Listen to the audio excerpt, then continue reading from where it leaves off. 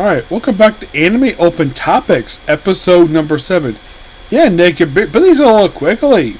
I don't think it's been long since the last one. Well, I have a few things to discuss this one.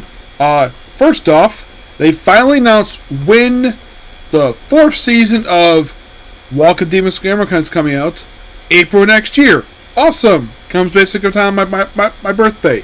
I think this is one of 2 that I know of coming out in April next year. The other being the 3rd season of Mushoku Tensei Job's Incarnation. I'm like, okay. Well, last night, of course, basically was the LA premiere of Demon Slayer Infinity Castle Part 1. I will be watching the movie on Saturday. I will be going to the movie theater. Well, unlike in the case of Overlord's Two Kingdom, where I went to the movie theater that's about 20 minutes from my house, I have to go a little further because the movie theater closest to me does not have the English dub. And I really want to hear the English dub. And the guests they had at the premiere, they had Zelina, they had WWE superstar Zelina Vega with an actual snake. They also had, get this, Johnny Ambosh with his son. Yeah, the voice of just behind it. Who came by to say hi? Zenosuke's voice actor, Alex Lee. They even brought in, let's see who else they brought in. They also brought in Bryce Prabacook and Abby Trott. 2 people I just met last month at Tampa Comic Con. I even got a picture of Abby. You can see on my social media about that one. Let's see who else they got in. They also had on there, get this, you're going to love this. They had the Japanese dub actor for Tanjiro on there. This, of course, was the YouTube stream. It was okay early on. Of course, while they were there, they had problems with the sun. About halfway through the stream, they started having issues. First, they had audio issues, and then something was slowing down. A couple points went black. They had this weird thing where they have cutaway to. Apparently, it was also streaming on Twitch. So I also didn't know this because of the stuff messing up. They apparently also interviewed Zach Angler, the guy who voices Tanjiro in the English dub, which that would have been nice. And apparently, when the picture I saw, so Bray Knickerbocker was there. Of course, she's there because Kando's in the movie. Well, probably in the movie anyways. Let's see. They even brought in. This was a big guest they had to bring in because it was announced a little while ago he was joining the cast for this movie. An actor I did not expect ever to be part of an English dub for anything.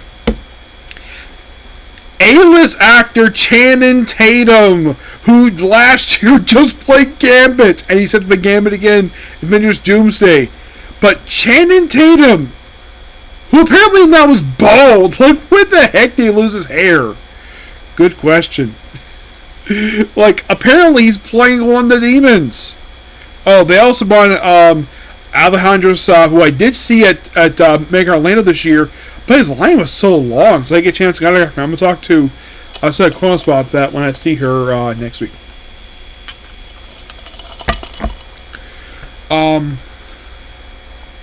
They say have celebrity guests, but they only had 2. But the stream kept messing up, and I probably need to watch the Twitch version of this to see who else was there. But it looks like pretty much the entire dubcast was there for the English one. Of course, yes, they had the Japanese actor too. Of course, they had their translator, which I thought was really cool. A friend of mine was questioning, why is Demon Slayer getting a world premiere? And I mentioned probably because basically this thing is freaking huge. Yes, Demon Slayer is huge. It is big all over the place. I think it's big in Japan. Oh no, it is big all over the freaking planet. Yeah, apparently they had premieres in Thailand, Singapore, Paris, London. They have also premiered in Mexico City. Yes, they have premieres everywhere. Also, they're asking this question of would you rather be a demon or demon slayer? And the regular voice cast to do voice Demon Slayers, pretty much all of them basically for Demon Slayers. Oh, breathing styles, there's a food one, a coffee one. But seeing Johnny was awesome. I've never met the guy in person. I've seen him from distance. I think it was Tampa Comic Con last year. He was there, but I just didn't get a chance to autograph him, sadly. I don't know when I'll get a chance to autograph for him because he's one of my favorite voice actors. But I love his time in Power Rangers. But great to see that he was actually there. And Alex Lee, apparently, when he was there, he decided to basically make a custom suit. Now, I have never met him either. I know, aside from playing in Nosuke, his most popular anime he's been in recently is Solo Leveling. Like, I've read a lot of the manga, the web novel that was originally in Korea, South Korea, but I haven't watched the anime yet. But I thought it was really cool they were all there. It was all over Instagram and Twitter. Great the fact Demon Slayer has this. Now, of course, the first film, prior to Justice Inflation, did gross over $500 million. Like, apparently broke the record set by Spirited Away adjusting for inflation. Which, really cool the fact it did that. Now, will this movie do that? I don't know. It's been premiering all over the place. And it's going to be, like I said, I'm going to see it this weekend. But really cool for that one.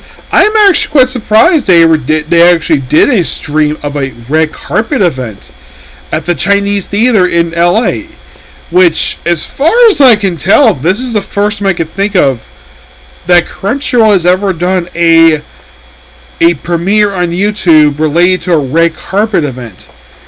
Yes.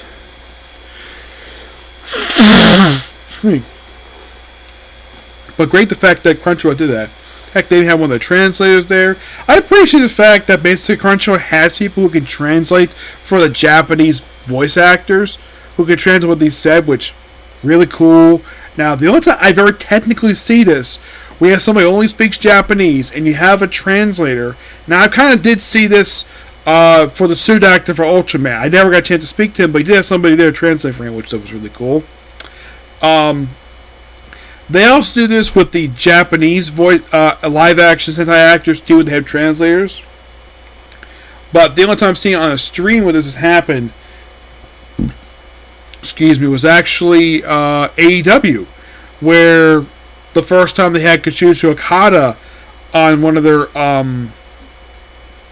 he was on one of their, what was it?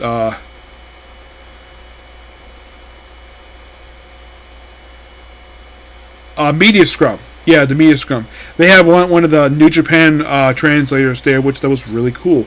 I always like it, basically, when they have translators nearby.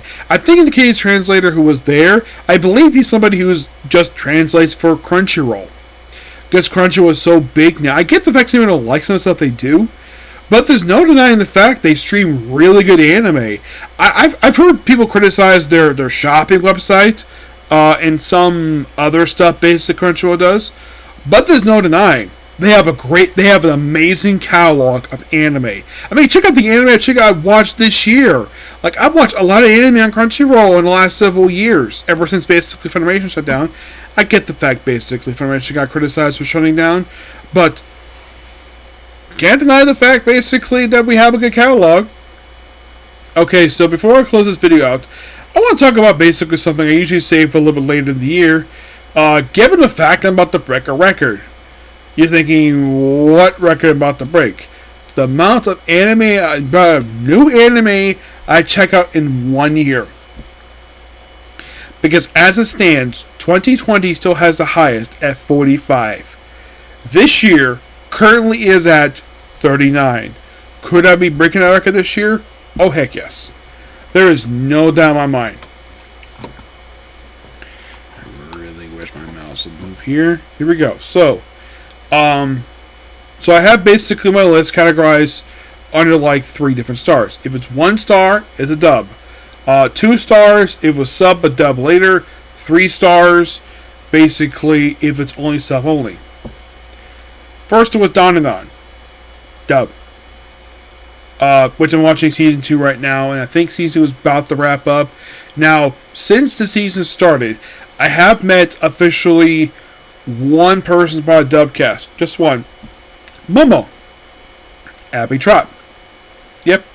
I'm going to meet 2 members of the voice cast at Chogi Expo next week.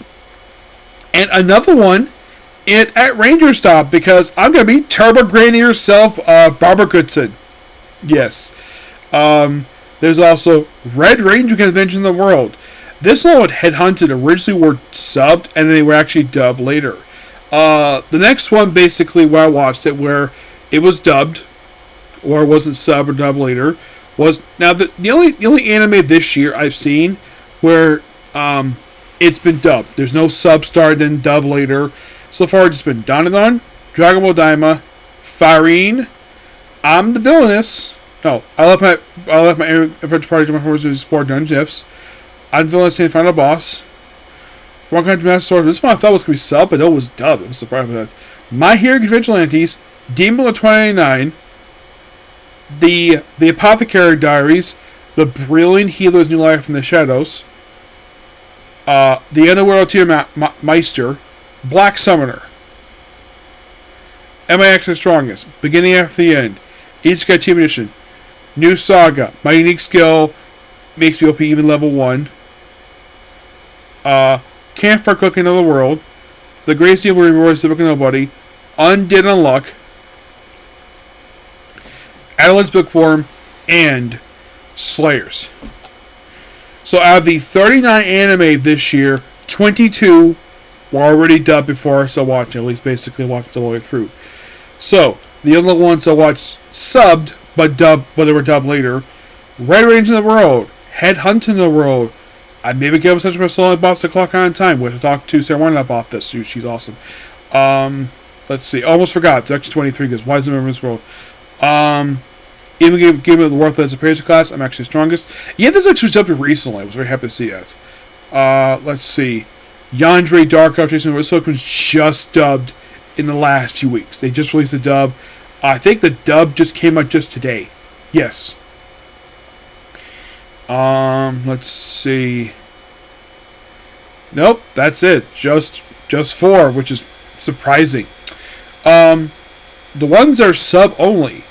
The first anime this year is, and so far this one's still not been dubbed yet. Everything else has been dubbed, but this one's not been dubbed yet for some reason.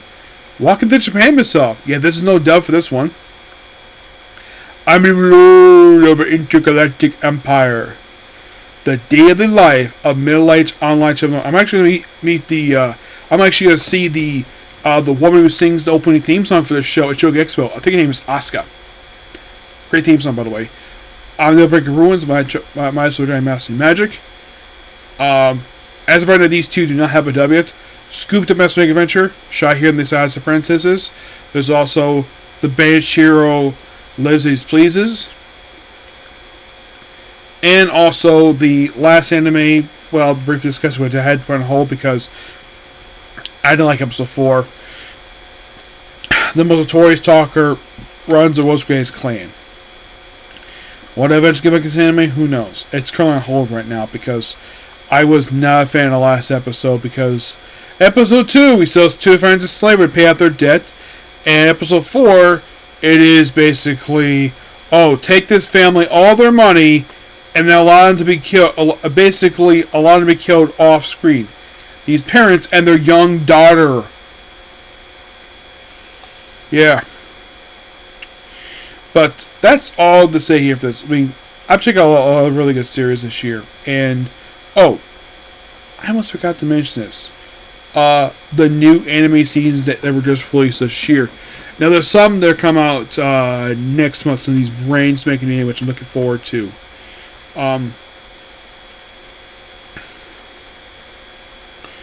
But there's been a good amount this year. There's been Dandadan Season 2, obviously. There's, of course, Treasure Hero, which I'm going to watch right now. I mean, all the anime I'm currently watching right now. The other ones, basically, are not returning anime, are New Saga, Scoop the Mystic Adventure, The Shy Hero of the Assassin Princesses, and of the anime right now that are season-wise. These 3 are the only ones that are basically not returning anime. Everything else is.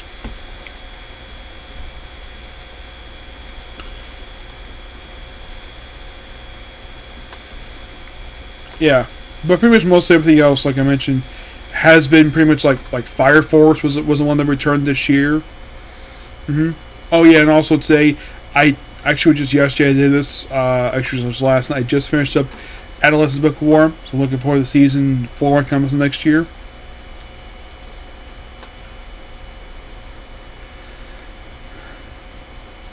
But yeah, not much else to say here. Aside, now it comes up finally. So, want to check out this year the brand new seasons. Of course, Dottie Season 2 register here, which I'm watching right now. I've been killing some 3 news maximum level. Dr. Stone, which right now the Core 2 right now for that one. Fire Force Core 1. Black Brother Emerald Witch. Blue Exorcist Blue Knight. There was also 7 Deadly Sins for Fortnite Apocalypse Season 2 that came out this year. And that and Reborn's the Machine. Yeah, that's another one basically where this was a returning series because I watched first season and this effective season actually aired 2 years ago. Yep, but not much to say about this stuff. Okay, so that's pretty much a particular video. Please be sure to like, comment, subscribe, turn notifications. So next up, Reborn as a vending machine. Come on, work please. Come on. Thank you. So next video, Reborn as a vending machine. Bye.